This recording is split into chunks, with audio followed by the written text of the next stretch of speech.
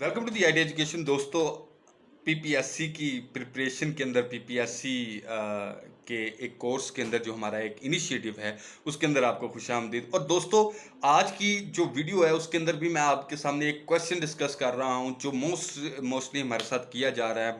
बहुत से दोस्तों ने मेरे साथ यही क्वेश्चन जो है ना वो बार बार किया है कि अगर हमने मास्टर्स किया हुआ है, मीन्स वाइल के हमने एमफिल किया हुआ है और हम एमफिल के स्टूडेंट हैं, तो टेस्ट किस तरह से आएगा। टेस्ट मतलब एमफिल से आएगा या बीएस से आएगा, या अगर हमने बीएस कंप्यूटर साइंस का जो उन्होंने एक सेट मांगा हुआ है या क्वालिफिकेशन उन्होंने मांगी हुई है बीएस कंप्यूटर साइंस, और हमने की हुई है बीएस इंफॉर्मेशन टेक्नोलॉजी या बीएस सॉफ्टवेयर इंजीनियरिंग, तो बीएस इंफॉर्मेशन टेक्नोलॉजी या बीएस सॉफ्टवेयर इंजीनियरिंग वालों ने आर्टिफिशियल इंटेलिजेंस का सब्जेक्ट नहीं पढ़ा हुआ, थ्योरी ऑफ ऑटोमेटा का सब्जेक्ट नहीं पढ़ा हुआ, तो वो किस तरह से इन सब्जेक्ट्स को कवर करेंगे।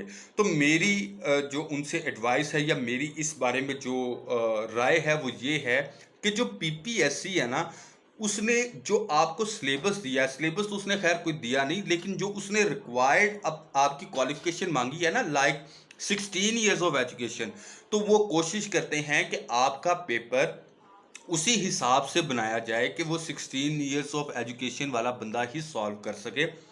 अदरवाइज ये एग्जामिनर की मर्जी होती है कि वो जितना मर्जी चाहे वो डीप जा सकता है।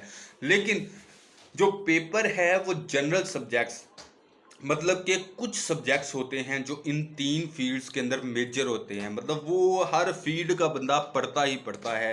लाइक आई टू सी हो गया, आई टू सी हो गया, सी हो गया, ऊप हो गई, ऑपरेटिंग सिस्टम हो गया। ठीक है, इस तरह के सब्जेक्ट जो हैं वो कंप्यूटर साइंस के फील्ड का हर बंदा जो है, चाहे वो कंप्यूटर साइंस से है, चाहे वो इंफॉर्मेशन टेक्नोलॉजी से है, चाहे वो सॉफ्टवेयर इंजीनियरिंग से है, वो पढ़ते ही पढ़ते हैं। तो जो होता है ना एग्जामिनर, उसका फोकस जो है वो सब्जेक्ट्स होते हैं जो आपने सब ने जो है ना वो पढ़े होते हैं, जो आपके जो है ना वो टेम्परेरी सब्जेक्ट्स वो नहीं होते। तो पेपर जो है, पेपर आपका ना तो एमफिल से आएगा ना ही पीएचडी से आएगा, सिर्फ 16 ईयर्स ऑफ एजुकेशन। अब ये एग्जामिनर की मर्जी है, चाहे वो 7 क्लास का पेपर डाल दे, चाहे वो 9th क्लास का पेपर डाल दे, चाहे वो बीएस का डाल दे, चाहे वो 16 ईयर्स ऑफ एजुकेशन का डाल दे, चाहे वो किसी भी टॉपिक या कंसेप्ट के ऊपर डीप से डीप चला जाए।